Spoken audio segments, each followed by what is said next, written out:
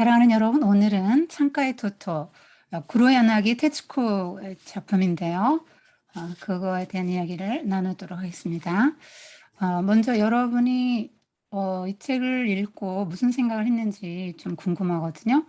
그걸 잠깐 들어보고 작가 이야기 선생님이 조금 해주고 나눔하겠습니다. 책 읽었습니까? 좋아요. 우리 은혜하고 온유가 고개를 끄덕였고 하율이가 끄덕였네. 자, 읽은 친구. 그 인물에 대해서 무슨 생각이 들었다. 또 어떤 사건에 대해서 어떤 생각이 들었다. 또는 작가는 이 책을 통해서 무슨 말을 하려고 하는 것 같다. 이런 거는 굉장히 좋은 것 같다.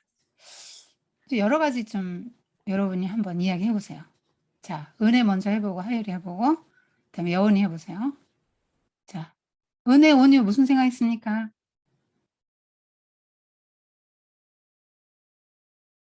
저는 이 책을 읽으면서, 이 키가, 초등학생으로 그대로 멈춰버린 애가 있잖아요. 이름은 기억이 안 나는데. 피터팬 쓴 사람? 아니, 여기에서 나오는 어떤 야스아키? 키, 다카시? 외소증. 다카하시가 음, 나중에 부분을 읽어보면, 제 생각엔 가장 성공한 사람이거든요. 물리학 이 교수가 됐죠. 물리학자가 됐죠. 네, 그래가지고 이 수영장에서 아무것도 안 입고 수영하고 이 운동회에서 계속 교장 선생님이 이기게 해줬던 게 아주 선생님이 영리하시고 기회를 많이 주셔서 나중에 다카하시도 성공을 자기로 놀림 받았는데도 자기도 다른 사람들보다 똑같이 성공할 수 있다고 도움을 많이 준 선생님인 것 같아요. 지금 고바야시 인물 분석을 했네요. 고바야시는 영리하다? 그렇게 할 수 있을까요? 고바야시는 영리하고 기회를 주었다. 이렇게 할까요? 은혜 말을 종합하면 인물 분석을 할 때는 형용사로 먼저 하세요. 그러니까 지금 그렇게 한 것처럼 하면 됩니다. 영리하고 기회를 많이 주었다. 이렇게 했는데 약자를 배려한다. 이런 표현도 좀 괜찮을 것 같죠? 다카시가 이길 수 있도록 운동에서 배려를 많이 했죠. 그리고 또 토토도 항상 넌 원래는 굉장히 착한 아이라고 이렇게 만날 때마다 그 얘기를 해줬잖아요. 그래서 다 여기 보면은 결함 있는 아이들이 나오지 않아요? 토토는 ADHD 아동입니다. 과잉행동 장애죠. 과잉행동 증후군 뭐 이렇게 말합니다. 다카시는 외소증이고 야스야키는 또 소아마비고 주로 나오는 아이들이 이제 그런 어려움이 있는 어떤 결핍이 있는 아이들인데 우리가 생활할 때 이런 애들이 나가서 사회생활 할 수나 있을까? 제대로 사람 구실을 할 수 있을까? 제 밥벌이 하고 이런 걱정이 들잖아요. 그런 애들인데 그 맨 뒤에 보면은 다 물리학자가 됐다든가 이 토토 같은 경우는 유명한 탤런트 NHK 탤런트 1호입니다. 6,000명 경쟁률 이기고 당당히 한 명 딱 합격한 유명한 배우죠. 그리고 유니세프 친선 대사도 돼서 이런 작가, 자기의 스토리를 막 책으로도 남기고 여러 가지 굉장히 사회에 많은 영향력을 행사하는 사람이 됐죠. 그거를 이제 은혜는 교장 선생님의 영리함과 기회를 많이 주었다 이렇게 표현했는데 그 약자를 그 배려하고 용기를 주고 가능성을 이렇게 그 사람의 가능성을 일깨워 주는 거죠. 잠재력을 일깨워 주고 '할 수 있다.' 이렇게 생각. 사실 키가 작은 건 외소증이잖아요. 키가 작은 거잖아요. 근데 뭐 두뇌하고 상관없잖아요. 물리학자 충분히 되고도 남죠. 그리고 토토는 과잉행동 증후군 아이인데 어 그렇게 행동이 굉장히 액티브한 아이란 말이에요. 보통 아이들보다 행동량이 굉장히 많아요. 에너지가 넘치는 아이예요. 나중에 보면 이 사람 배우가 됐는데 6일 동안 잠도 안 자고 매일 그 촬영하고 나옵니다. 그래서 막 6일 동안 잠을 안 자고 계속 강행군을 했기 때문에 뭐 쓰러졌던 적도 있는데 이게 다 뭡니까? 에너지죠. 그러니까 에너지가 없는 사람은 또 이렇게 못해요. 음 그래서 교장 선생님의 그 어 자세, 그 어떤 성격 요런 걸 한번 본 것 같아요. 이거는 우리 예수님도 그러셨죠. 우리 예수님도 언제나 약자를 중시하셨어요. 그리고 그들을 먼저 하나님 나라에 초대하셨죠. 그 약자라고 해서 뭔가는 그 부족하지만 그렇다고 해서 그들이 사회에서 그렇게 계속 소외되고 도태될 이유는 없잖아요. 아까 다카하시처럼. 키는 비록 작지만 우수한 두뇌가 있으니까 그것을 얼마든지 할 수 있는 거 아니에요? 이런 그 배려심 또 "내가 할 수 있다. 너한테는 그런 가능성이 있고 잠재력이 있다." 이렇게 대하는 건 이제 하나님의 태도죠. 구약에서도 여러분 기드온을 부르실 때 하나님이 기드온이 굉장한 겁쟁이였잖아요. 그래서 몰래 숨어서 어 그 포도주 틀에서 타작을 하고 있었습니다. 굉장히 그 포도주를 만드는 데는 깨끗해야 되는데 뭐 다 미디안 군대에 뺏기니까 그 미디안 사람들이 뺏기니까 몰래 그 포도주 틀에서 숨어서 이제 타작을 하고 있는데 여호와의 사자가 나타나서 뭐라고 부릅니까? 큰 용사 이렇게 부르잖아요. 그런 소심한 겁쟁이고 그냥 뭐 무슨 대의를 품고 '내가 이 나라를 구하리라. 저 미디안의 군대 그 압제해서 우리나라 이를 구하리라.' 이런 생각을 하고 있던 사람이 아니에요. 그런데 하나님이 "너는 할 수 있다. 너는 큰 용사다." 하고 이미 마이티 워리어라고 부릅니다. 그리고 큰 용사로 만들어 가시죠. 그래서 그 사람으로 하여금 이스라엘을 미디안의 손에서 구원하는 일에 귀하게 쓰시죠. 그래서 이 배려한다는 거 굉장히 중요한 이 주제 중에 하나예요. 우리 은혜가 잘 잡았는데 배려한다는 건 굉장히 중요한 주제 중에 하나입니다. 자, 배려한다 할 때 여러분 잘 생각해 보세요. 누구를 배려하는 거예요? 나 아닌 다른 사람이잖아요. 나보다 약한 사람을 배려하는 거잖아요. 그럼 내 생각의 중심축이 어디로 이동한 겁니까? 그 사람에게 이동한 거잖아요. 그 사람에게 내 생각의 중심축 이동해서 그 사람 입장에서 생각하고 그 사람을 위해서 하는 것이 배려죠. 근데 보통 우리 인간은 본성적으로 이기적이잖아요. 자기중심적이란 말이에요. 자기밖에 모른단 말이에요. 자기 이익을 위해서 살아가고 자기가 제일 중요하고 자기밖에 모르고 남들도 다 자기에게 맞춰주기를 원하지요. 본성이 그래요. 여러분 다 그럴 거예요. 모든 사람은 다 그래요. 그런데 성도는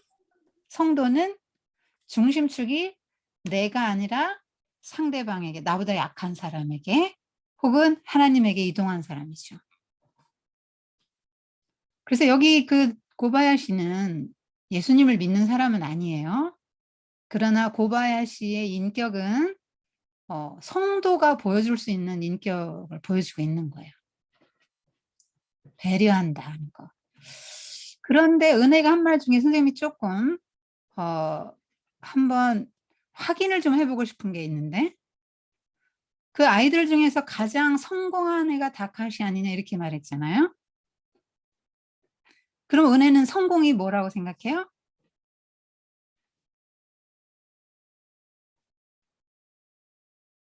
세상에서 뭐 학자가 되고 교수가 되는 게 성공인가요?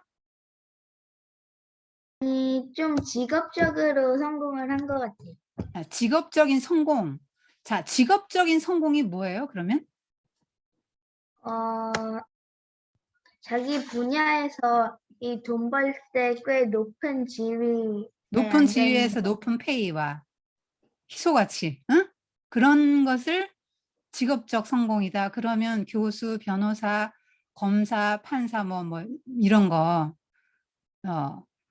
뭐 그런 뭐 아니면 뭐 유명한 정치가라든가 뭔가 그런 어떤 명예롭고 사회에서 지위가 있어 명예롭고 또 페이도 많이 받는 그런 사람이 직업적인 성공을 했다고 보는 거네요. 맞아요, 은혜? 네, 아, 그 은혜도 그렇게 되고 싶어요? 네. 아, 그렇구나. 열심히 공부해야 되겠네. 좋은 대학에 가야 되고 뭐 돈 많이 버는 회사 들어가야 되고 높은 지위에 올라야 되니까 힘들게 살겠구나. 치열하게 살아야 되겠다. 근데 하나님이 너를 왜 만들었나 생각해 봤냐? 약한 사람들 도와주라고. 그럼 네 인생의 그래, 성공은 뭐예요?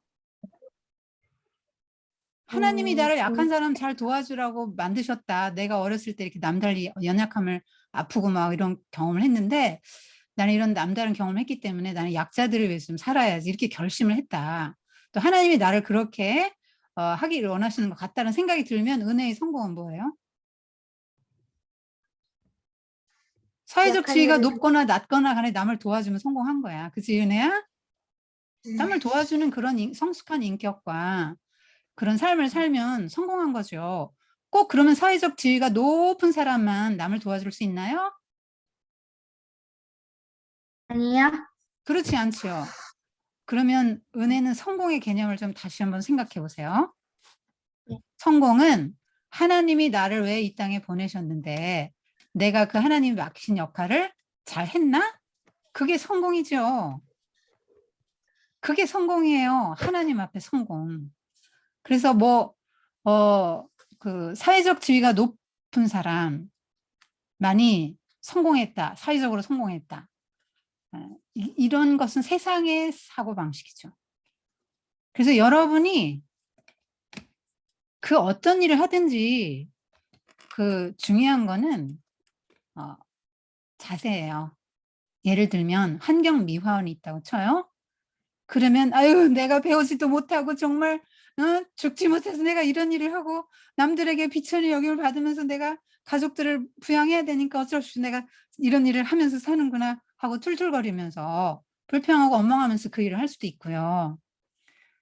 또 하나님께서 나에게 건강한 몸을 주셔서 이 하나님이 창조하신 이 지구 어느 한 모퉁이를 깨끗하게 관리하는 일을 맡기셨다.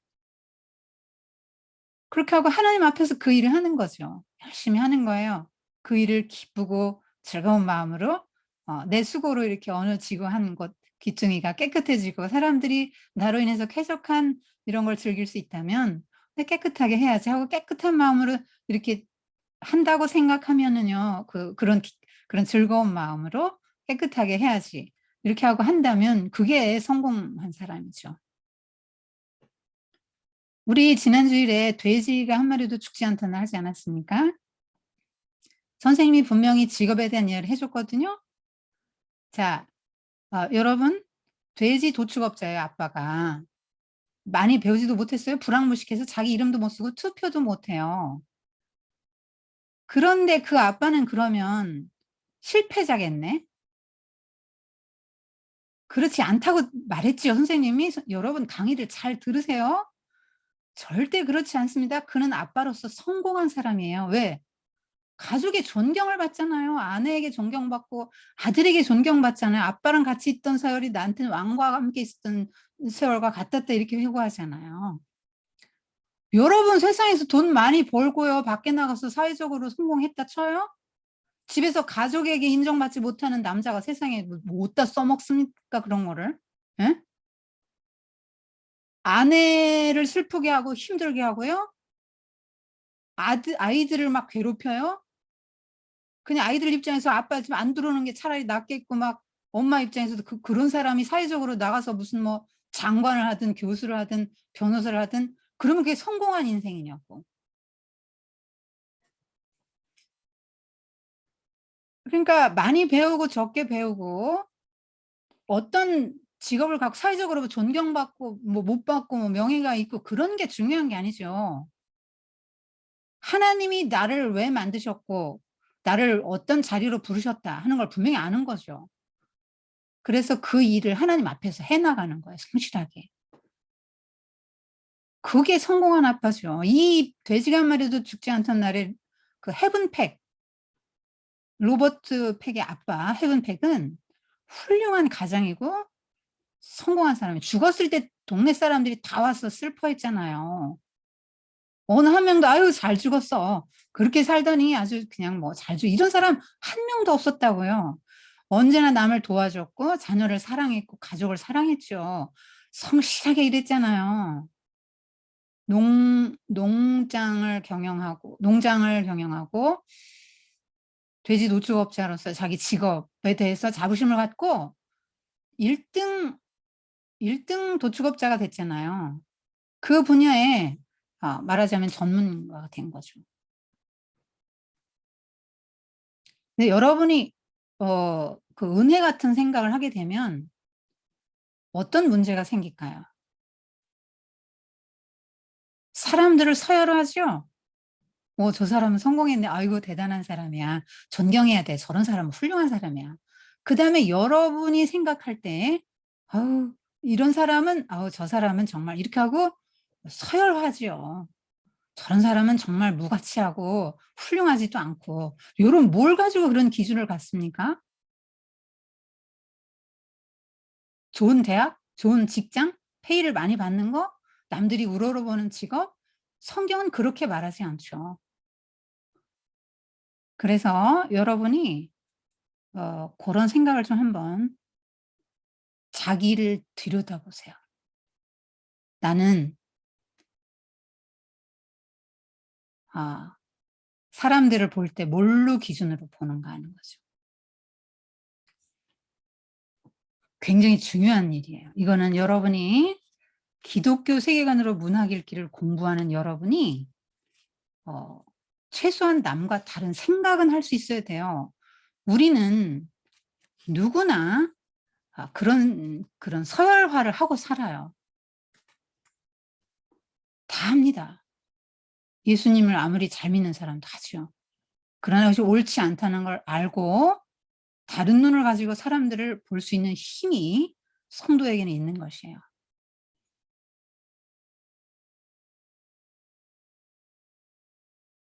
여러분이 어 나는 다카하시라든가 야스야키처럼 또 혹은 토토처럼 뭔가 결핍이 있다. 그래서 이게 막 부모님들도 막 불안해하죠. 여러분도 불안하죠? '나 뭐 해 먹고 살지?' 남들에게 맨날 뭐 놀림이나 받고 비천히 여김을 받고 막 가난하게 살면 어쩌지? 어 걱정됩니까? 아니 뭐 이게 예수님 안 믿는 이 사람들 다 지금 다 먹고 살잖아요. 다 뭐가 돼 가지고 걱정할 거 없어요. 여러분은 하나님이 여러분과 함께 하시니까. 그리고 하나님이 여러분을 만드셨잖아요. 연약한 것도 하나님이 허용하신 거예요. 그 연약함을 통해서 하나님 의지하고 살라고. 걱정하지 마세요, 여러분. 그리고 여러분이 스스로를 그렇게 생각하면 절대로 안 되고 남도 그런 눈으로 보면 안 돼요. 그거는 하나님이 기뻐하지 않아요. 성경적인 생각이 아니에요.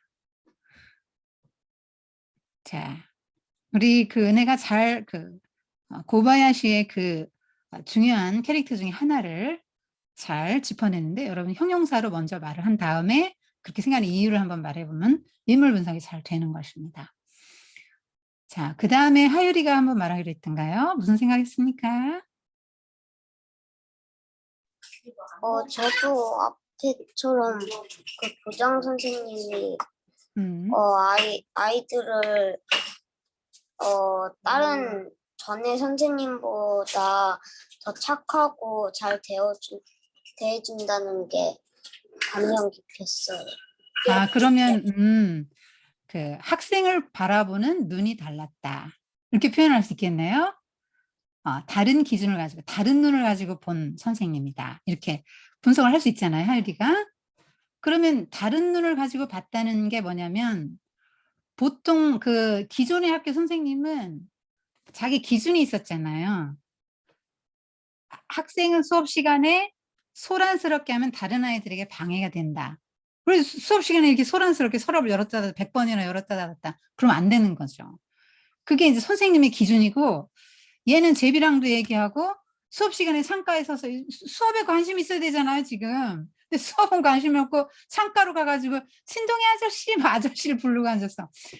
아니, 이거는 정말 비정상이죠. 비정상이에요. 그 선생님의 눈으로 볼 땐 비정상인 거죠. 비정상. 그런데 그런 애들이 가는 데가 이제 대안학교예요.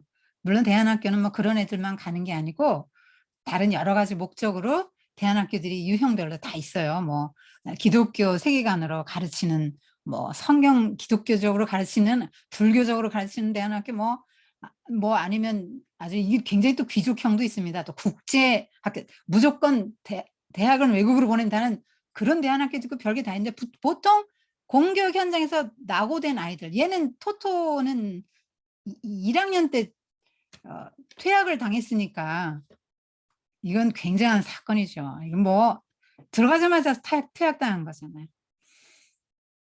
그런데 이 고바야시 선생님은 그런 아이들이라 할지라도 할 수 있다는 생각을 한 거죠. 그래서 너는 원래는 착한 아이야 이러잖아요. 그래서 이제 다른 눈을 가진 거죠. 착한 아이, 얘는 원래 넌 착한 아이야.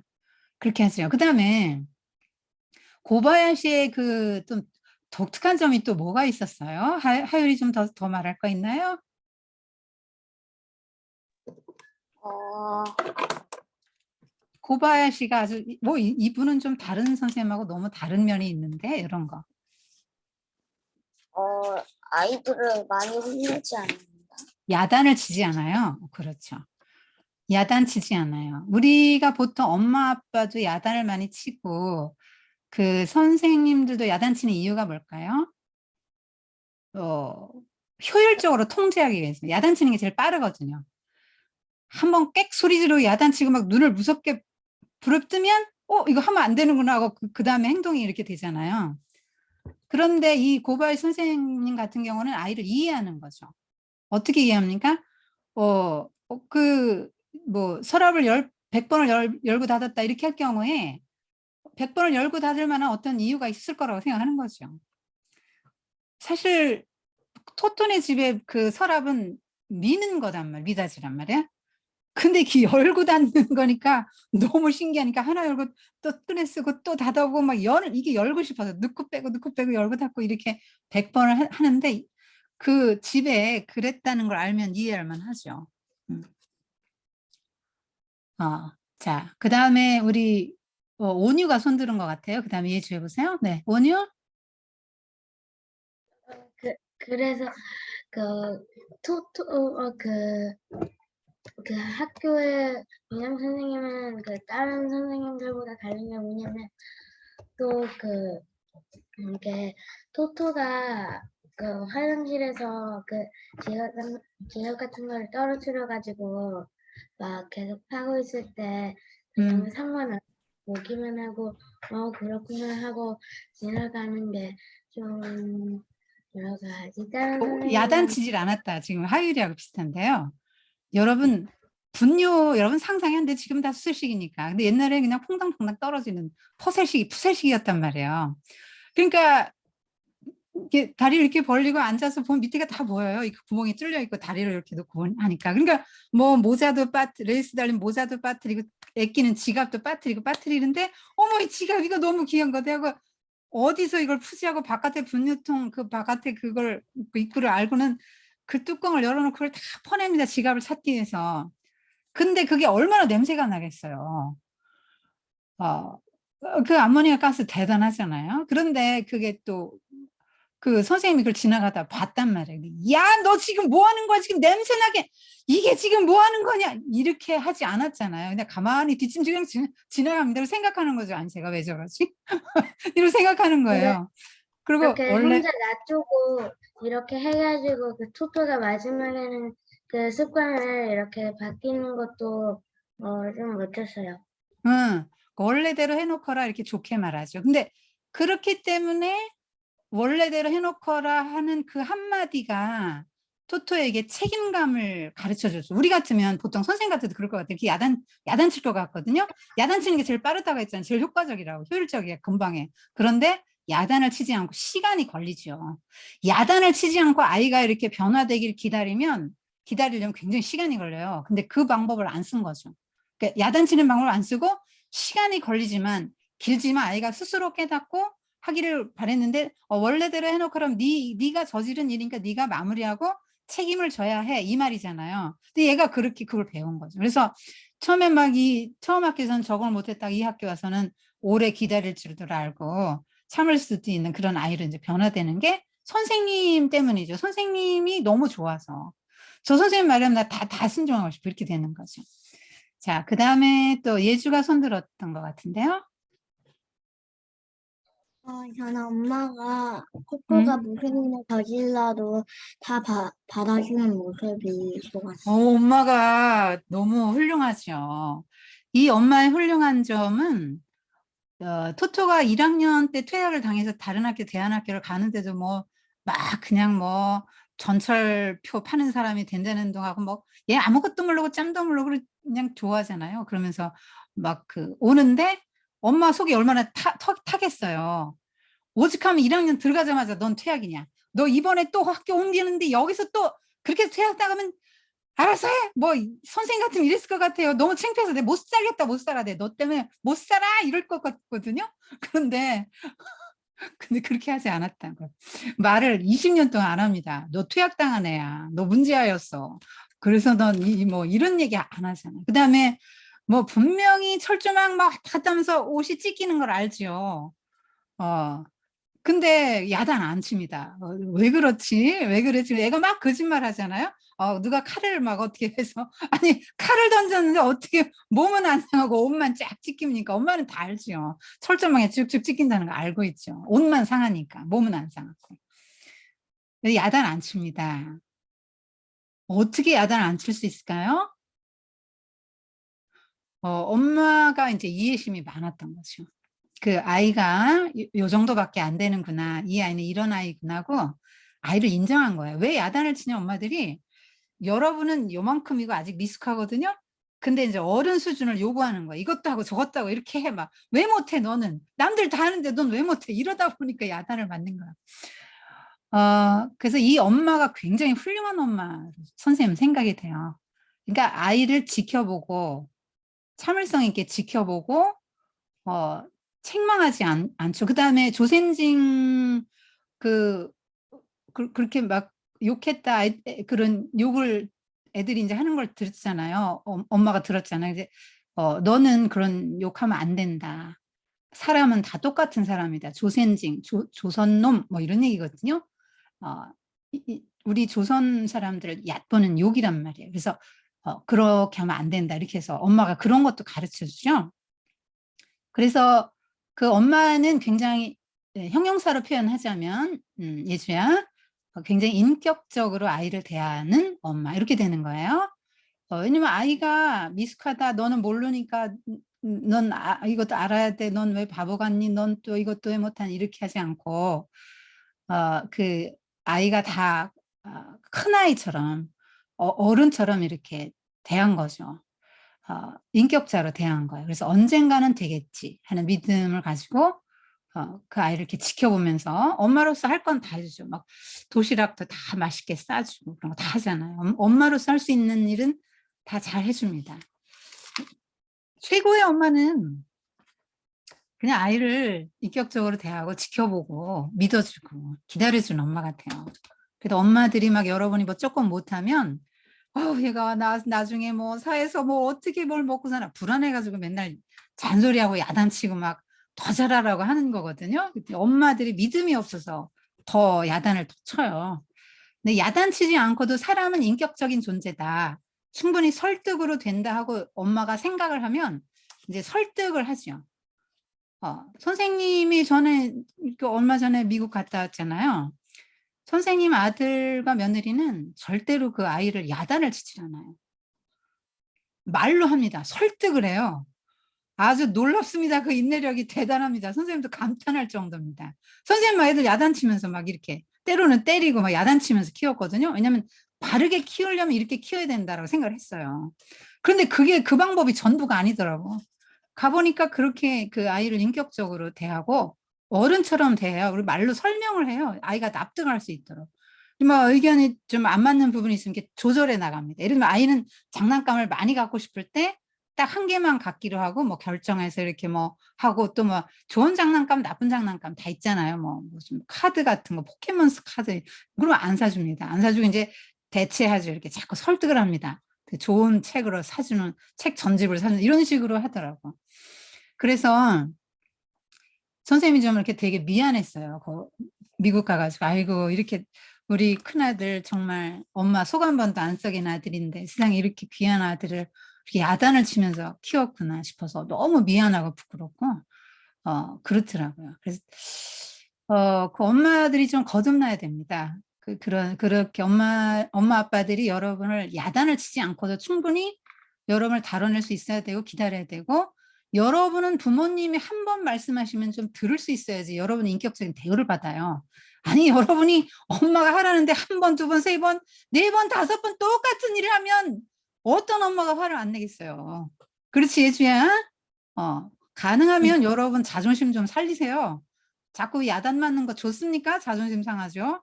한 번 야단 맞으면 아 이거는 야단 맞는 일이구나. 다시 안 하면 됩니다. 자, 또 말할 친구 여은이. 저는 일단 토토가 전 학교에 있을 때는 되게 얘가 좀 정신이 사나웠는데 부모의 학교를 가면서 이제 교장 선생님이랑 새로운 친구들을 만나고 가면서 이게 이 토토라는 아이가 되게 성숙해지는 걸 보고서 교사와 이게 ADHD라는 장애를 너무 장애라고 너무 이걸 나쁘게 보는 게 아니라 ADHD라는 그 병을 병으로 보는 게 아니라 이제 그 교장 선생님처럼 좀 애정과 관심으로 봐줘야 된다는 걸 알게 되었어요. 그렇죠. 그게 말하자면 눈이 바뀌는 게 이렇게 교사의 눈인데요. 왜 그 어떤 엄마가 선생님한테 이런 얘기 한 적이 있는데 자기 눈에는 다른 사람들의 나쁜 점만 보인대요. 그분은 눈이 바뀌어야 됩니다. 그러니까 모든 사람이 다 약점이 있고 강점이 있잖아요. 좋은 점이 있고 나쁜 점이 있거든요. 그걸 같이 볼 수 있는 게 이제 균형이잖아요. 저 사람이 이게 있는데 이게 좀 약하구나. 근데 사실 뭐 약점 단점이라는 게 이게 굉장히 이게 둔갑을 할 수 있는 거예요. 그러니까 뭐 그러니까 좋다 나쁘다 할 수가 없어요. 예를 들면 ADHD 에너지가 넘치는 거잖아요. 이건 나쁜 거죠. 근데 이 사람 활동 뭐 워커홀릭인데 이 사람이 일에 미친 사람인데 일을 얼마나 열심히 하고 막 에너지 넘치게 하는 사람인데 그런 에너지가 이제 글로 가는 거잖아요. 그러니까 뭐 좋다 나쁘다 할 수 있는 게 없는데 눈이 바뀌게 됩니다. 이 여원아 그 바뀌게 된 조건 비결이 우리 여원이가 선생님과 친구라 들었네, 그지? 보는 눈이 다른 선생님과 그 좋은 친구들이 있으면 바뀔 수 있다 이렇게 본 거죠. 그리고 이제 플러스 하나 하다 보면 자연, 그죠? 대문부터 뭐예요? 나무로 되지, 살아있는 나무.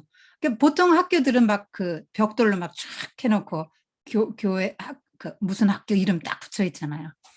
그런데 그런 게 아니고 자연 친화적인 학교. 그래서 자연과 얘네들 뭐 오후에는 그냥 산책하고 선생님과 산책하면서 배우잖아요. 여러 가지 식물과 뭐 이런 곤충 이런 거 다 산책하면서 배우고 시골에서 뭐 농사 짓는 선생님, 농사 짓는 농부 아저씨 데려다가 선생님 시켜주니까 교장 선생님이 이제 철학이 다르잖아요. 뭐 학교에서 뭐 무슨 뭐 공부를 많이 해서 논문 써가지고 박사학위 받고 뭐 이런 사람만 선생이 되는 게 아니고 실제적으로 농사를 접은 이 현장에서 농사를 진 사람이 가장 많이 농사에 대해서는 알고 있다라고 생각하고 그 사람의 경험을 이제 그래서 선생님도 하잖아요. 그래서 이런 자연 친화적인 환경에서 또 이렇게 눈이 바뀐 선생님, 장애도 장애가 아니게 보는 거죠. 또 좋은 친구들 이런 조건이 이제 이렇게 바뀌겠다. 근데 좋은 선생님의 조건 중에 하나가 뭐냐면 우리 여은아 이 고바야시 교장 선생님이 정말 좋은 점이 뭐라고 생각하냐? 처음에 얘가 학교 딱 갔을 때 무슨 일이 있었니? 처음 갔을 때 막 되게 시끄럽게 앞에 문은 막 그렇다고 하고서 4시간 동안 교장 선생님한테 자기 이야기하고. 그렇죠. 그러니까 교장 선생님 한번 보세요. 4시간 동안 처음 딱 만났거든요. 그래서 네가 하고 싶은 얘기 있으면 해봐. 그러잖아요. 보통 이렇게 얘기를 하면 여러분 선생님 같은 경우도 처음 누구를 만났을 때도 이렇게 몇 마디 해보면 이 사람은 어느 수준이고 어떤 생각을 하고 있고 가치관이 어떻게 하는 걸 대번에 알아요. 그런데 어린아이인데 이제 4시간을 말하겠다. 얘가 말하고 싶은 대로 해봤는데 4시간을 말했다 할 때 보통 뭐 초등학교 8살짜리 ADHD 아이인데 뭐 조리 있게 말을 했겠어요? 뭐 재미나고 뭐 들을만한 얘기를 했겠냐고. 정말 횡설수설했을 거예요. 한 얘기 또 하고 뭐 앞뒤에 맞지도 않은 얘기하고 뭐 그냥 그랬을 거예요. 그런데 4시간을 할 수 있다라고 생각한 거죠. 선생님 생각, 얘는 4시간이나 이야기를 할 수 있는 얘기라고 이제 이렇게 눈이 바뀌는 거예요. 그 다음에 듣는 자세 한번 보세요. 자, 이제 얘기해봐. 이게 이제 보통 교장 선생님 포즈잖아요. 근데 그게 아니에요. 이게 아니야. 딱 책상에 이렇게 하고는 고개를 가까이 대고 눈을 맞추고 그래서 아유 그랬구나. 그래서 이렇게 그냥 추임새 넣어줘가면서 경청을 한 거죠. 경청이 뭐냐면 뭐예요? 여은아? 경청이 뭐지? 사람의 말을 잘 들어주는 거. 잘 들어주는 경청이죠. 그래서 뭐 어른들 만나서 막 이 사람하고 얘기하다가 막 스마트폰 하고 앉았어요. 그 이 사람 앉아서 멍하니 앉아. 이게 뭐 하는 거야? 그거는 경청이 아니고 존중이 아니야. 경청은 뭐냐면 1대1로 지금 100% 저 사람 이렇게 1대1로 있는 거야. 1대1로 100% 그 사람이 나한테 지금 가장 중요하고 네가 하는 말을 내가 100%다 듣고 있고 나한테 지금 너 하나밖에 없고 그거잖아요. 굉장히 존중해 주는 거죠. 이게 최고의 존중이잖아요. 그래서 이 아이는 존중받는다는 느낌을 든 거예요. 선생님이 이렇게 하면서 그래서 아유 그랬구나. 그래서 이렇게 하면서 4시간을 무려 듣는데 얘가 시계를 볼 줄 몰랐는데 아이고 벌써 점심때가 됐네 하니까 8시부터 12시 4시간 된 거잖아요. 그게 경청이라고요. 근데 경청이 요즘 현대인들은 되게 힘들어요. 왜냐면 내가 하고 싶은 말이 너무 많아서 남의 말을 듣지 않고 내가 하고 싶은 말을 해. 사람들 요즘에. 근데 여러분이 하나 알아둘 게 있는데 솔로몬의 재판에서 굉장히 하나님이 주신 지혜로운 명판결을 내리잖아요. 근데 그건 이제 하나님에게 지혜를 얻었기 때문인데 솔로몬이 왕이 되자마자 기브온 산당에 가서 1000번째 드리고 하나님이 꿈에 나타나서 소원이 뭐냐? 그랬더니 뭘 구했지 여은아? 솔로몬 지혜 판결이요? 지혜를 주세요 그랬죠. 지혜를 주세요. 그런데 그 지혜가 원어로는 듣는 마음이라는 거예요. 듣는 마음. 그래서 백성들은 많은데 내가 잘 듣고 재판을 잘 현명하게 할 수 있는 그런 지혜를 달라고 기도한 거거든요. 그래서 하나님 주셨죠. 그러니까 잘 들어야 재판을 할 거 아니에요. 잘 들어야. 그래서 그 들을 청자를 보면 한자로 보면은 임금왕 들을 귀 100백자가 들어있어요. 파자를 해보면 한자를. 이제 왕은 100개의 귀를 갖고 듣는 사람이에요. 잘 들어야 현명한 재판을 해줄 거 아니에요. 다르게. 솔로몬의 명판결은 여러분이 다 알고 있는 거니까 넘어갈게요. 일단 잘 들었기 때문에 그런 재판을 모성에 주목해서 할 수 있어요. 말하는 게 벌써 다르지 않겠어요? 딱 반 나눠줘라. 둘 다 서로 지아들이라고 하니까 반 딱 정확히 나눠줘. 50% 나눠줘. 그랬더니 그 친엄마는 마음이 불타는 것 같아서 말하잖아요. 아니라고 저 여자 저도 괜찮으니까 제발 저 아이를 죽이지 마세요. 이렇게 말하잖아요. 듣는 거죠. 다 듣고 보는 거죠. 한 여자는 아니라 딱 나눠라. 누가 진짜 엄마겠어요? 여러분이 생각해도 진짜 엄마 딱 알아볼 수 있겠죠? 다 듣고 보고 결정, 이렇게 그 심리 판결하는 거죠. 그래서 경청을 해줬을 때 그 토토가 내가 존중받고 있구나 하는 느낌을 받은 거야. 나 이 선생님 말, 이 선생님 너무 좋아. 나 이 선생님 말이랑 나 다 들을 거야. 이렇게 되니까 변화되는 거죠. 그래서 선생님은 이 책을 읽으면서 야, 한 사람의 영향력이 대단하구나. 이 고바야시 한 사람이 이렇게 그 토토를 이렇게 세 사람을 만들고 이게 고바야시 한 사람이 토토를 세 사람 만든 거잖아요. 고바야시 없으면 안 되는 거죠. 근데 이 토토가 변해서 나중에 이제 그 저기도 하거든요. 방송을 해요. 그런데 이거 굉장히 영향력 있는 방송을 합니다. 그러니까 굉장히 영향력을 많이 이렇게 미치는 거죠. 한 사람의 영향이 대단하구나. 참 훌륭한 선생님이다. 물론 고바야시도 이제 조금 그 이 사람의 그 교육 방침에 대해서는 아쉬운 부분이 하나 있어요. 이따가 얘기할게요. 더 말할 친구 있습니까? 없습니까?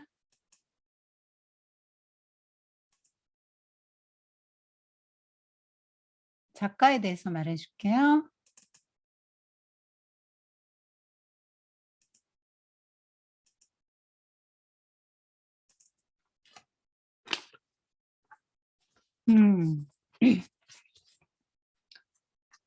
여기 이제 그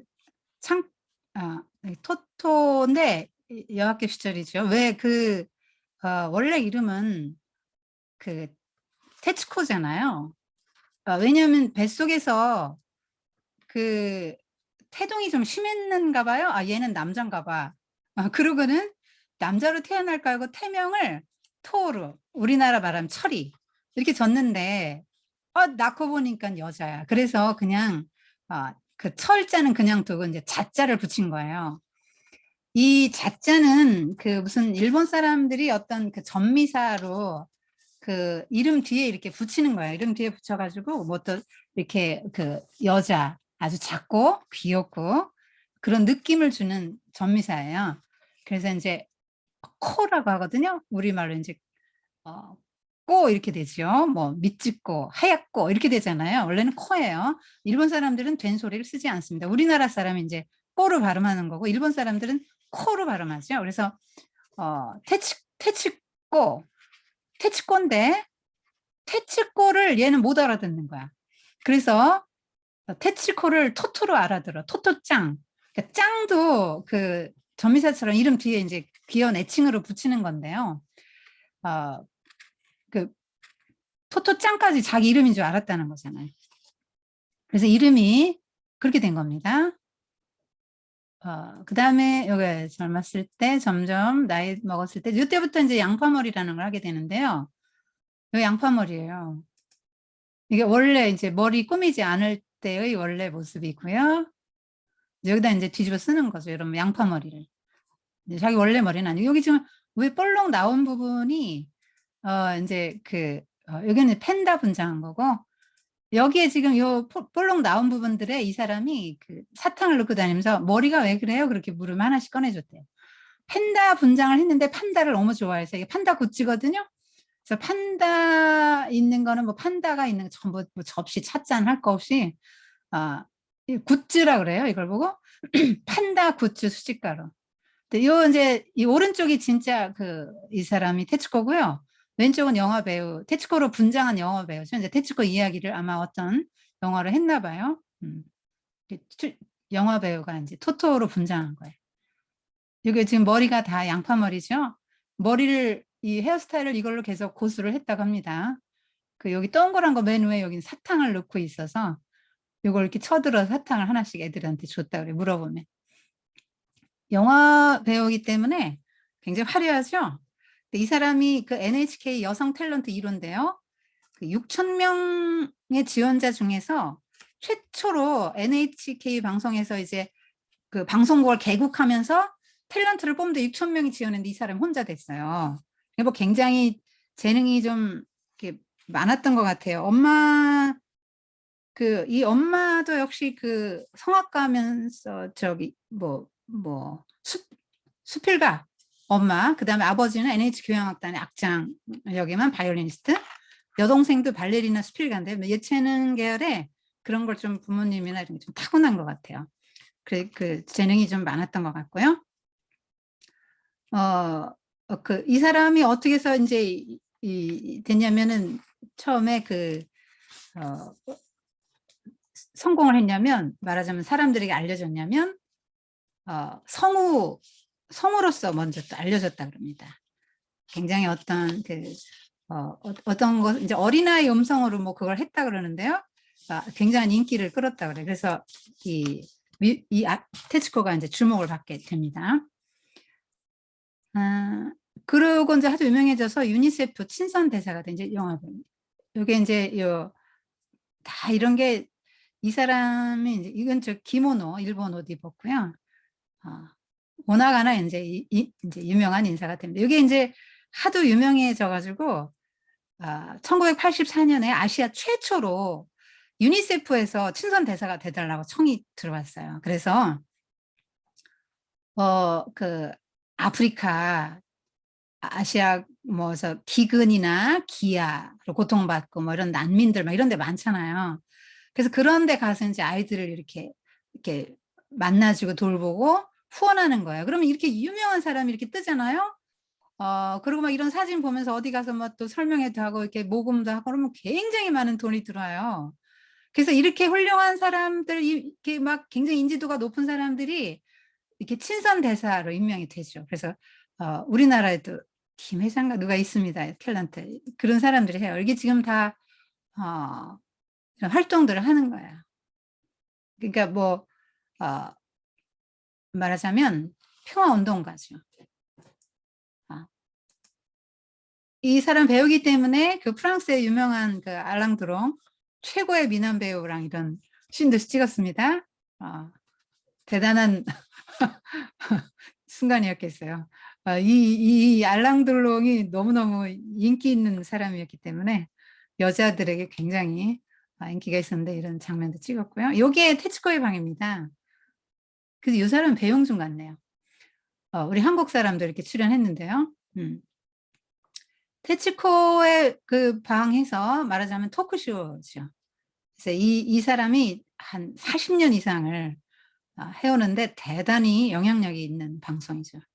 그 인기가 하도 많아가지고 이 사람은 뭐 그 인기도를 조사를 했더니 뭐 3위가 아베 수상이 2위가 테츠코였다는 말이 있는데요.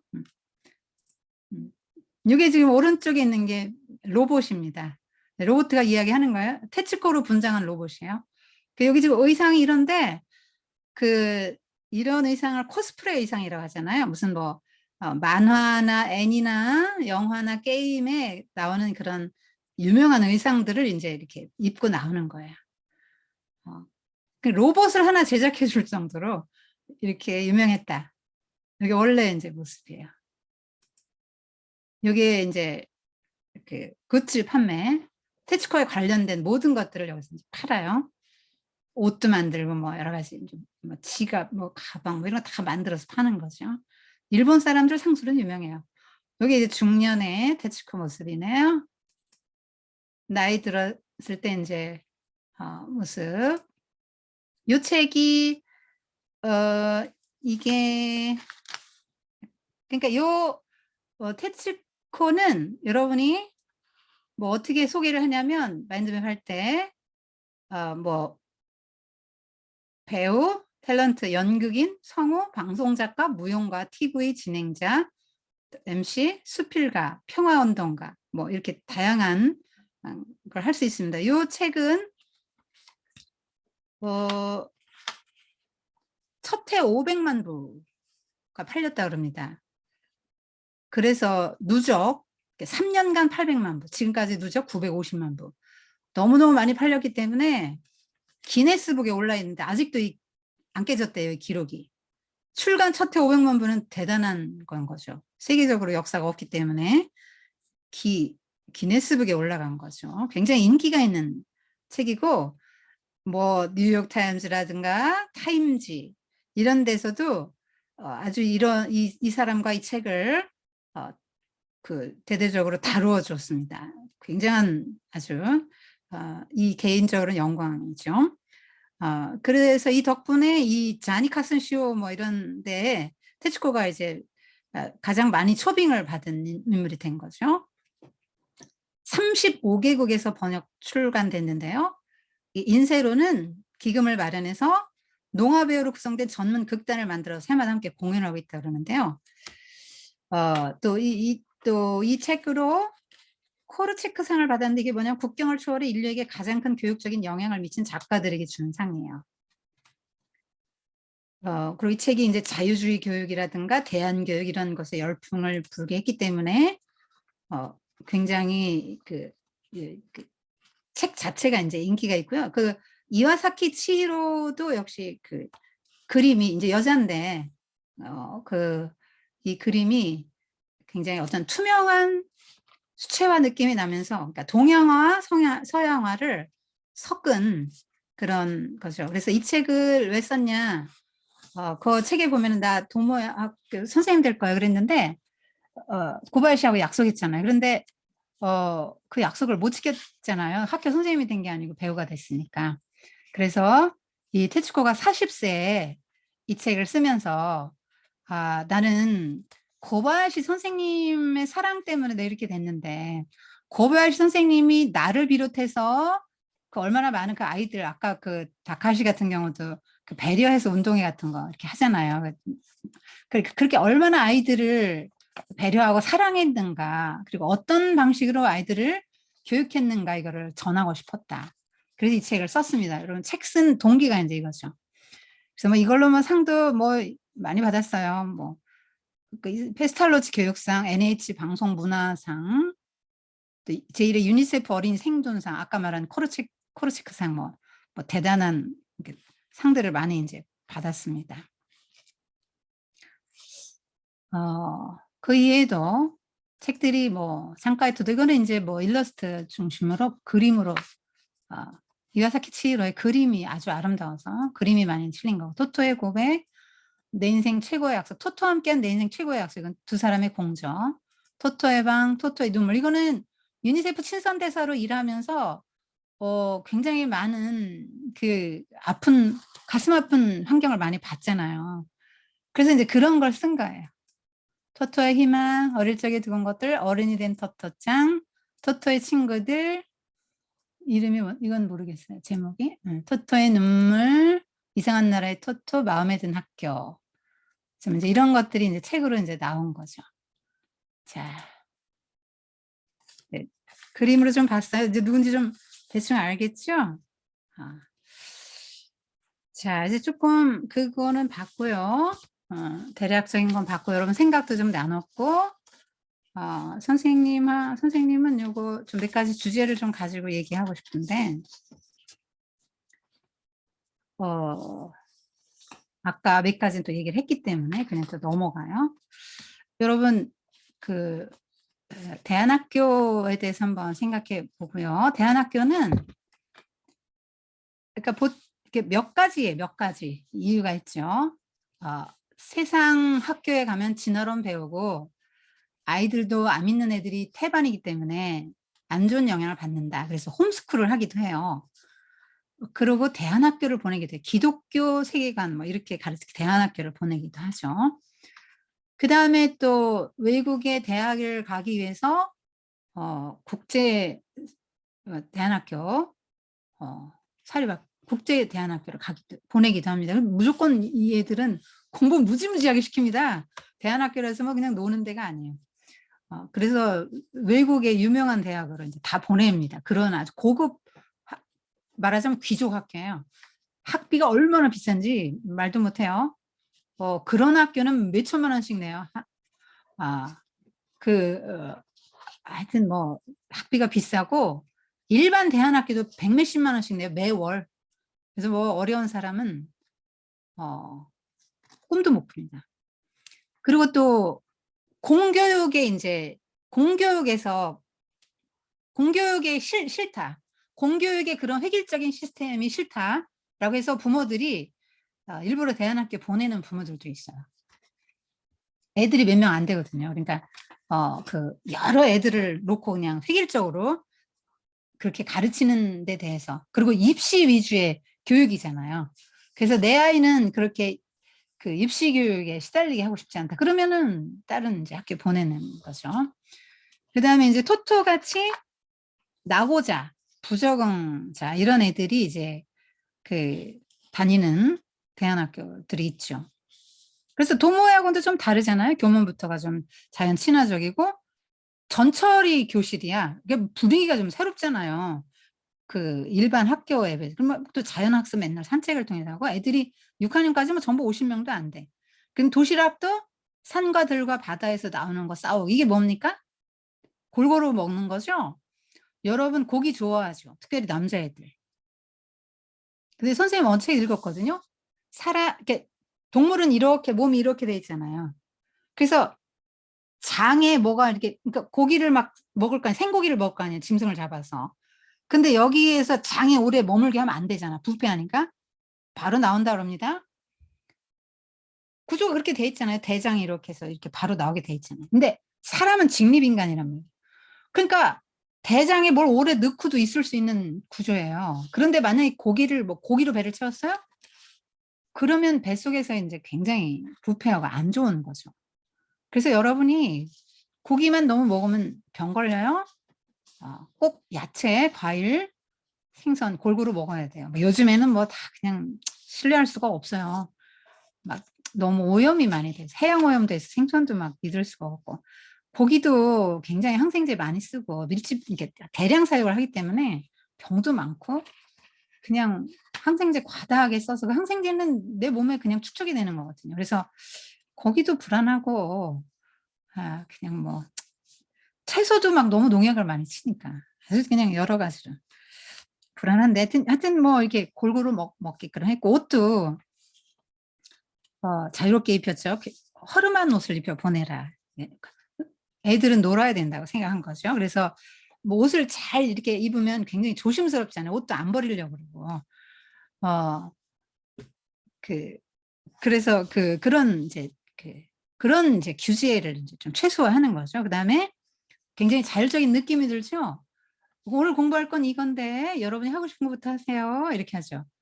그러니까 사실은 이것도 분명히 어떤 커리는 있잖아요. 이렇게 어느 정도 공부를 해야 돼요. 어느 정도 맞춰야 돼요. 어쨌든 인가를 받았든 인가를 받지 않든 학교잖아요. 그러니까 어느 정도 공부는 해야 된다고.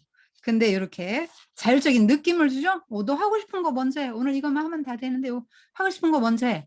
어쨌거나 다 하는 거예요. 조삼모사. 뭐 내가 싫은 것부터 하든 말든 좋은 것부터 하든 말든 다 하는 거야. 학교의 이 시간표는 어떻게 짜냐면 운의 좌뇌를 골고루 쓰게끔 하는 거예요. 이게 음악도 수학이거든요. 그래서 언어, 국어 했다, 영어 했다 그러면 뭐 음악 들어간다거나 수학 들어간다 이렇게 하죠. 체육 넣는 이렇게 다 그렇게 넣는 거야 다. 뭐 국어하고 막 영어하고 이렇게 붙이는 건 안 좋은 시간표죠. 예. 좌뇌만 계속 쓰니까. 그 다음에 앉고 싶은데 앉아라. 이런 거죠. 그러니까 통제를 최소화하는 거예요. 통제를. 그 다음에 이제 자기가 하고 싶은 거 이제 하는 거죠. 뭐 수영도 벌거벗은 차고요. 뭐 그런 것들이 좀 굉장히 다르죠. 이런 것들이. 리드미크. 그러니까 차별하지 말라는 거죠. 나와 다른 애 차별하지 마라. 몸, 몸 다 이렇게 보여주는 거예요. 이게 그 썸머힐 학교에서도 이렇게 했는데 이게 자유주의 교육이거든요. 근데 하여튼 유럽이 자유주의 교육을 도입해서 망했습니다. 애들이 다 망했어요. 이게 좋은 것 같으면서도 그렇게 좋은 것만은 아니다. 여러분 그 경제 같은 것도 그렇거든요. 자유주의가 뭐냐? 내버려 두는 거예요. 통제를 국가가 안 하는 거예요. 자유방임주의라고 하거든요. 내버려 두는 거예요. 하고 싶은 대로 하게. 그러면 사람들은 자기가 하고 싶은 걸 한단 말이에요. 그 돈을 잘 벌리는 걸 이제 하게 되죠. 그렇게 되면 어떻게 되죠? 부익부 빈익빈이 생기는 거예요. 하고 싶은 사람만 하고 싶은 대로 다 자기가 하게 국가가 통제를 전혀 안 하면 부익부 빈익빈이라는 현상이 생겨요. 그래서 요즘에 새로 대두한 신자유주의 이런 거는 매우 무서운 겁니다. 이게 그 경제에서도 그렇잖아요. 그래서 국가가 이제 개입을 하고 때때로 통제를 해요. 그렇게 안 하면 부익부 빈익빈이 생기면요 실업자 굉장히 많아지고요. 잘 사는 사람은 계속 잘 살고 못 사는 사람은 계속 못 살고 사회가 굉장히 이게 불균형해지고 불안정하고 그렇게 됩니다. 그래서 이제 국가가 계속 그 균형을 잡아가기 위해서 가끔 이제 무슨 뭐 이렇게 통제를 하죠. 근데 이건 이게 자유주의이기 때문에 자유주의 교육이잖아요. 그래서 아이들이 이렇게 굉장히 자유롭지만 여기서 지금 좋은 게 나온 거죠. 그렇게 좋은 것이 아닌 것도 굉장히 많이 있어요. 그다음에 상품을 뭐 우엉, 무, 시금치, 파 이런 거 줬잖아요. 그래서 내가 열심히 뛰어서 벌어서 엄마에게 그 야채 반찬 거를 갖다 준다거나 자격증 없어도 선생님 할 수 있다. 이런 거 파격적이잖아요. 그래서 막 학교 막 낙서도 하게 하고 그다음에 그 대신에 뭐 치우는 건 낙서하는 건 자유인데 치우는 것까지는 시키죠. 그래서 아유 이거 치우는 게 너무 힘드네. 그리고 다시는 이제 그렇게 심하게 안 한다. 이렇게 하죠. 그래서 이걸 열린 교육이라고 그래요. 문제아도 문제아 취급도 하지 않고요. 획일적이고 틀에 박힌 교육은 하지 않습니다. 그래서 애들의 개성과 창의성 이런 걸 존중해 주는 거예요. 이게 왜 이런 게 생기냐면은 대규모 근대사회가 되면서 애들을 한꺼번에 사람들이 도시로 몰려들잖아요. 그 막 사람들이 많아지고 하면서 애들도 갑자기 많아지는 거예요. 그러면 학교에서 그 많은 아이들을 이렇게 놓고 가르쳐야 되잖아요. 그러면 굉장히 다양한 아이들이 모이는데 또 수준도 다양하고 IQ 수준도 다양하잖아요. 또 재능도 다양해요. 개성이 다 다른데 이런 아이들을 다 모아놓고 획일적으로 교육을 한다 하면은 그 아이들의 개성이 제대로 발현되지가 않는 거죠. 우리나라도 전에 이제 그 고교 평준화 이래가지고 굉장히 문제가 있었잖아요. 평준화라는 게 뭐예요? 잘하는 사람, 못하는 사람 다 한 교실에 몰아넣는 거예요. 잘하는 사람은 영재교육 시켜야 되거든요. 물론 이제 지금도 그런 게 지금 생겼지만 그런 걸 막 굉장히 규제했을 때가 있고 평준화 했는데 평준화면 누구에게 기준을 맞춥니까? 잘하는 애 기준에 맞추면 나머지 애들 다 못하고 못하는 애 기준에 맞춰서 가르치면 이 우회 애들이 지루하죠. 중간 애들의 기준을 맞춰서 가르치는데 우회 애들은 따분하고 밑에 애들은 또 못 따라가요. 이게 문제가 있는 거예요. 그래서 예를 들어서 여러분 또 그 재능도 마찬가지죠. 여러분 김연아가 그 피겨 금메달리스트잖아요. 우리나라를 빛낸 사람이잖아요. 그런데 김연아를 학교에 다니면서 모든 교과목 다른 애들하고 똑같이 다 해라. 그렇게 하면 걔는 연습할 시간이 없어서 금메달 못 따는 거죠. 그래서 대안학교 같은 것들이 이제 그래서 생기는 거예요. 또 뭐 수준별로 영재학교면 영재학교 그런 학교들이 이제 생긴 거죠. 그래서 기존의 학교는 획일적으로 가르치다 보니까 그 토토가 전학 가기 전에 학교 같이 되는 거예요. 한번 누가 요즘은 때리지도 못하지만 선생님 때는요 한 사람이 잘못하거나 시끄럽게 하거나 좀 문제가 되면은 엄청나게 혼내깁니다. 애들 보는 데서. 그렇게 하면 저러면 혼나겠다. 그러고는 다시는 말썽 안 피우고 조용하죠. 그러고는 이 학교 커리가 있으니까 막 계속 진도는 나가는 거예요, 선생님. 뭐 애들이 알아듣거나 말거나 진도는 계속 나가는 거야. 그래서 주 입식 교육을 하죠. 주 입식이 뭐냐면, 야, 이 책의 주제는 뭐야? 이거 뭐고, 자, 이거 외워? 이렇게 되는 거죠. 이게 지식을 선생님이 만들어가지고 넣어주는 거예요. 그래서 주 입식을 하면은 대답할 시간도 없고 생각할 시간도 없고 무조건 이게 답이하고 외우는 거예요. 외워서 하는 거죠. 근데 여러분 19세기, 20세기만 해도 외워서 답을 쓰고 그러면 뭐 회사에 들어가고, 회사라는 게 뭐예요? 학교라는 게 뭐예요? 회사에 들어가고 공정에 들어가서 그 일을 잘 감당할 만한 국가 산업 인력을 양성하는 게 학교였다고. 그러니까 성실한 사람만 기르면 되는 거예요. 학교에서는 통제하고 성실한 사람만 길러내면 어디 가서 직장생활 잘하죠, 성실하게. 그런데 그러면 발전이 없지. 어떤 문제가 있다. 이걸 좀 개선해야 된다. 이런 생각을 할 수가 없는 거예요. 그러면 이걸 막 그 산업사 인력은 컨베이어 벨트 시스템이라고 해서 말하자면 컨베이어 벨트는 막 돌아가면서 부품들이 쭉 나오잖아요. 그러면서 이게 그 자기 일만 분업해서 탁탁탁 하는 거거든요. 그런데 컨베이어 벨트 시스템에서 이렇게 쫙쫙 물건들이 오는데 여기서 딱 생각하고 이건 문제가 있어. 이건 이렇게 돼 저렇게 돼. 이렇게 생각하고 있으면 얘는 이제 안 되는 거야. 근데 이게 산업사회 사람은 그렇게 해서 자기에게 주어진 요 역할만 성실하게 잘하면 되게끔 학교에서 그렇게 기술도 가르치고 뭣도 가르치고 이렇게 해서 학교에서 내보내니까 사회인으로 뭔가 이렇게 할 수 있도록 해서 내보내는 거죠. 그러니까 뭐 지금 고등학교 같으면 대입을 위해서 막 대학 입시를 위해서 계속 입시 위주의 교육을 하잖아요. 아이의 재능이나 뭐 이런 거 전혀 생각 안 하죠. 그래서 그런 거에 반발해가지고 이제 이렇게 싫다 하면은 대안학교 가는 거죠. 대안학교 좀 생각해 봤고요. 이것도 이제 뭐 인가를 대부분이 비인가고요. 인가를 받으면 그 교육부의 그 통제를 받기 때문에 학교 컬이나 뭐나 교사 채용이나 뭐 이걸 받기 때문에 아예 그 인가를 안 받고 그냥 하는 경우가 되게 많고요. 그렇게 보니까 학비가 엄청 비싸지는 거죠. 그 다음에 이제 인물 분석 한번 해봅시다. 엄마는 아까 했고요. 잘못 다 알고도 모르는 척 넘어가고 되게 이렇게 인격적으로 대해줬죠.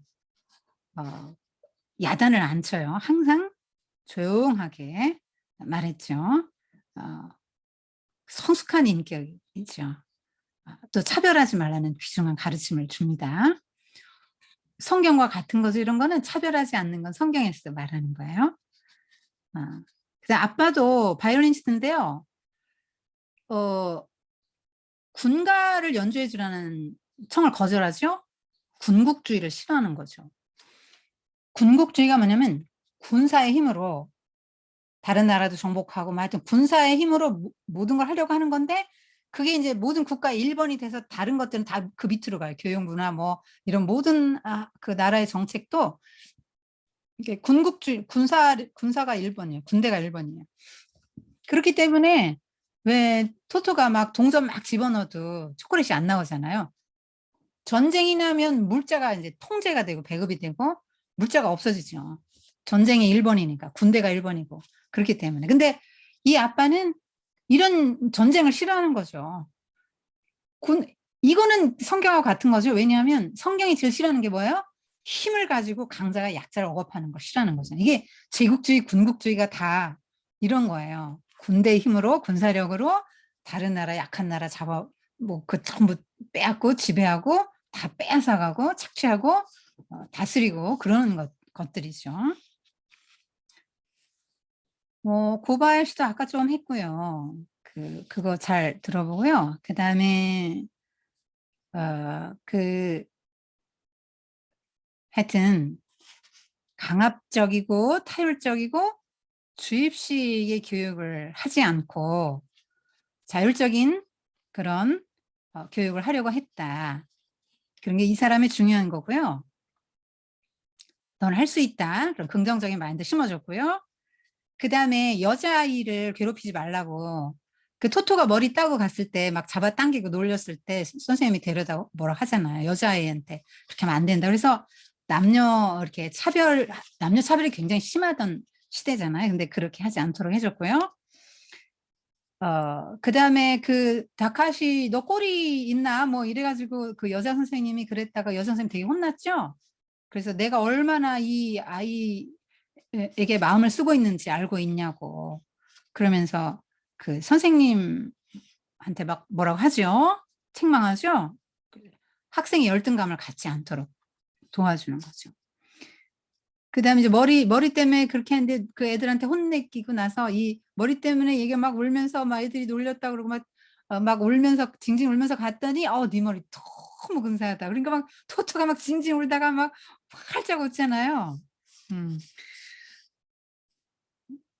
그다음에 이제 아이 그 문제가 있으면 먼저 학교는 어떻게 부모는 딱 불러가고 얘가 이런 문제가 있다. 뭐 이렇게 하는데 부모님 절대 안 부르죠. 이 고바야시 교육관에서 선생님이 한 가지 생각한 게 뭐냐면 이 사람은 자 이성보다는 감성과 직관 그러니까 우뇌죠. 이성은 좌뇌입니다. 그러니까 우뇌를 개발시키는 교육을 한 거예요. 그러니까 감성과 직관을 발달시키는 교육을 했다. 그러니까 뭐 문자나 숫자 많이 아는 거 이런 거는 이제 좌뇌죠. 그다음에 감성 느끼고 마음으로 이렇게 그 자연을 보고 느끼고 뭐 이렇게 하여튼 감성을 발달시키는 교육을 했어요. 그러니까 이 사람은 균형 잡힌 교육을 하려고 애를 쓴 사람인데 선생님이 이 사람의 교육을 보면서 좀 아쉬운 점이 뭐냐면 전인 교육은 실패한 사람이구나 생각이 드는 거죠. 왜냐하면 여러분 그 WHO 그 세계보건기구에서 건강의 정의를 어떻게 내렸냐면 신체와 마음과 영혼이 안녕한 상태, 그러니까 사회적으로 안녕하고 신체적, 정신적, 영적으로 이 사람이 사회적으로 안녕한 상태를 건강한 상태로 정의를 내렸거든요. 그렇게 전인 건강이라고 그래요. 그걸 보고. 그러면 사람은 몸만 있는 게 아니잖아요. 몸하고 정신만 있는 게 아니잖아요. 영혼이 있죠? 그러면 영적인 교육은 어떻게 하고 있죠? 여기서 뭐 아담과 하와 얘기 배우고 성경 배웁니까? 안 배우죠? 이 학교에서? 그러니까 전인 교육은 아니다라고 보는 거예요. 이 고바야시에서 아쉬운 점이 그거죠. 굉장히 훌륭한 생각을 갖고 있었고 아이들을 존중했고 정말 인격적으로 대했죠. 예수님처럼 배려심도 있었고 약자 중심의 생각을 갖고 있었어요. 그리고 항상 격려해줬고 칭찬해줬고 기대했고 기다렸고 그런 점은 너무나 귀하죠. 예수님도 그러셨잖아요. 제자훈련 하시면서. 그랬는데 고바야시 아쉬운 점은 전인 교육은 못했다는 거야.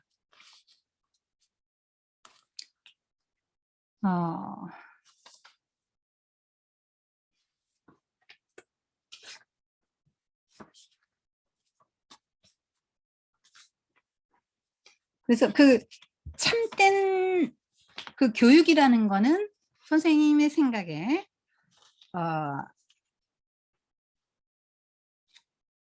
그 영혼을 바로 세워주는 교육을 먼저 해야 되는 거예요. 그러니까 여러분이 건전한 신체에 건전한 정신이 깃든다 이런 말 많이 들었을 거예요. 그래서 운동을 많이 하면 마음이 건강해진다는 거잖아요. 근데 이게 성경적으로는 거꾸로예요. 내 영혼이 잘된 같이 그 다음에 네가 범사에 잘 되는 게 성경의 순서예요. 그러니까 몸이 건강한 사람이라고 해서 정신이 건강한 건 아니에요. 그렇기 때문에 지금 얘네들이 굉장히 몸을 위주로 하잖아요. 리드미크, 이것도 음악을 듣는데 음악을 몸으로 듣잖아요. 그래서 몸을 굉장히 중시해요. 이 교육이.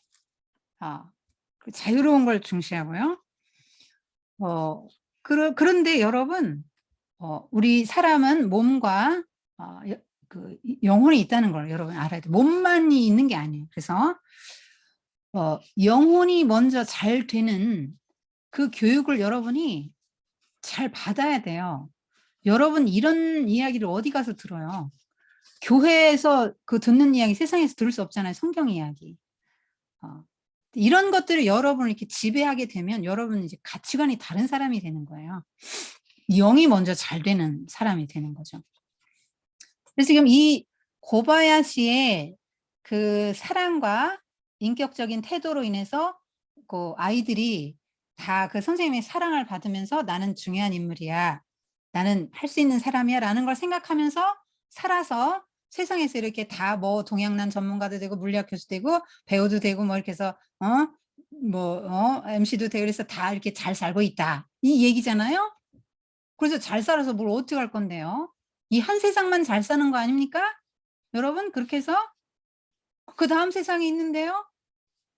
누구나 다 죽잖아요. 그다음 세상이 있는데 그다음 세상에서는요. 여러분 그러니까 이게 이 세상의 전부인 사람은 하나님이 없는 사람이 이렇게 생각하고 이렇게 살 수 있는 거 이렇게 이게 이 교육이 좋다라고 할 수 있는 거예요. 근데 우리는 이 세상이 전부가 아니잖아요. 그러니까 이 어떤 직업을 가졌다, 뭐 사회적으로 성공했다, 뭐 어떤 직업을 갖고 무슨 일을 하고 있다, 잘 살고 있다, 자기 밥벌이하고 잘 살고 있다, 이게 중요한 게 아니라고. 그가 하나님의 사람으로 하나님의 예수 그리스도 성품을 가지고 이 세상에서 이 세상에 하나님 나라를 세워나가기에 노력하면서 하나님이 내게 주신 사명을 내게 어떤 은사를 주셨는데 그걸 가지고 세상을 더 아름답게 회복시키고 하나님 나라로 만들어가면서 살다가 하나님 나라 가는 게 중요한 거예요. 이 세상에서 내가 뭐 몸과 마음이 건강해서 뭐 어떤 직업을 내가 뭐 그렇게 사랑고시를 못할 것 같은 그 수많은 아이들이 이렇게 잘 살고 있다. 끝. 그게 전부가 아니라고. 이것이 말하는 게 그건데 그게 전부가 아니라고 여러분이. 여러분이 하나님을 믿는 사람 같으면 하나 더 생각을 해야 된다. 이 말이에요.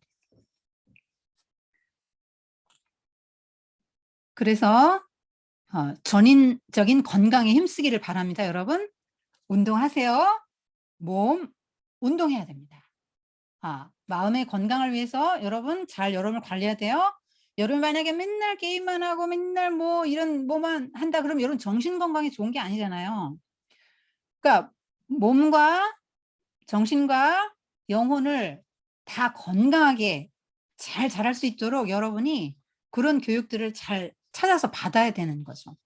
우리 하나인 하는 친구들은 영적인 면에서는 계속 공급을 받고 있는 거예요. 여러분이 이 강의를 귀담아서 잘 듣고 새겨야 돼요. 선생님이 지금 말해주는 것들이 성경적인 가치를 가진 것들이니까. 그리고 우리는 하나님의 사람들은요. 이런 대안학교가 답이 아니고 하나님의 학교를 다녀야 돼요. 하나님이 총장인 학교가 있거든요. 하나님의 학교가 있어요. 그 학교는 누가 다녔냐면 요셉이 다녔고 모세가 다녔고 다윗이 다녔죠. 자, 요셉은 13년간 그 학교 다녔어요. 10년은 보디발의 집에서 3년은 감옥에서 하나님의 학교에 다니면서 그 요셉이 변화됐죠. 처음에는 형들의 마음을 상하게 할 만큼 철부지였잖아요. 17살이나 됐는데도. 나중에는 어떻게 변합니까? 형제들을 다 용서하고 가족들을 다 불러다가 다 이렇게 섬기고 이렇게 할 정도로 용서하고 그런 인품의 사람으로 바뀌었잖아요. 하나님의 학교 졸업했더니 이렇게 바뀐 거예요. 모세는요? 애굽의 궁중에서 바로의 아들이라 이제 조금 있으면 바로 왕이 될 사람이죠. 그런데 하나님의 학교에 들어가서 광야 40년 동안 양치기 하면서 훈련 받잖아요. 그래서 마침내 이스라엘 백성들을 출애굽을 시킬 만한 위대한 그 영도자로 바뀌어요. 처음에는 막 사람 죽일 정도였잖아요. 애굽 감독관 쳐 죽였잖아요. 그럼 막 모래다 막 파묻고 안 죽인 척 했었잖아요.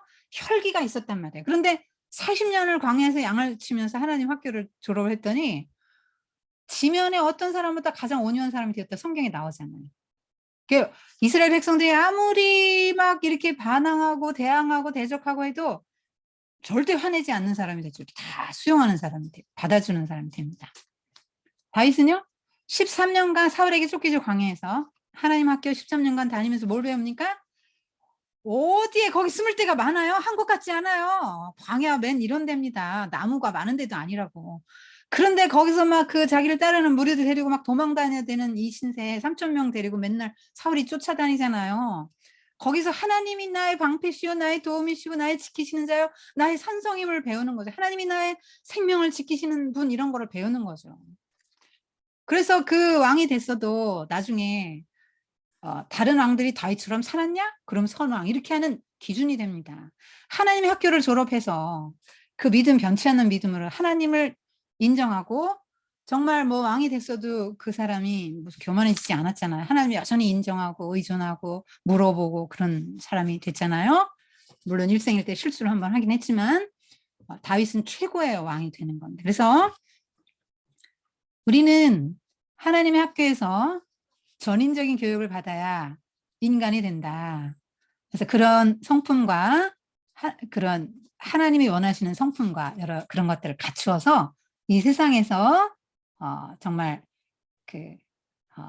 하나님이 사람을 이 세상에 내서 보내주신 그 의미를 따라서 의도를 따라서 잘 살게 되는 거죠. 그냥 내가 어떤 직업을 갖고 잘 먹고 잘 산다. 이것이 인생의 성공이 아니에요. 진정한 성공은 은혜 잘 들으세요. 진정한 성공은 하나님께서 나를 이 세상에 보내신 이유를 알고 그 목적을 따라서 잘 살아가는 거예요. 그리고 그리스도의 성품을 가지고 살아가는 게 진정한 성공입니다. 성도의 성공이죠. 자, 오늘 여기까지 할게요. 기도하겠습니다.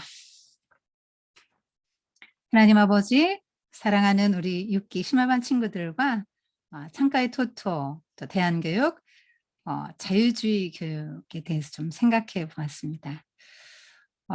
좋은 점도 있지만 사람을 통제하지 않고 내버려 두었을 때는 상당히 위험해질 수 있는 부분도 있는데 이 대안학교 도모의 대안학교 아이들은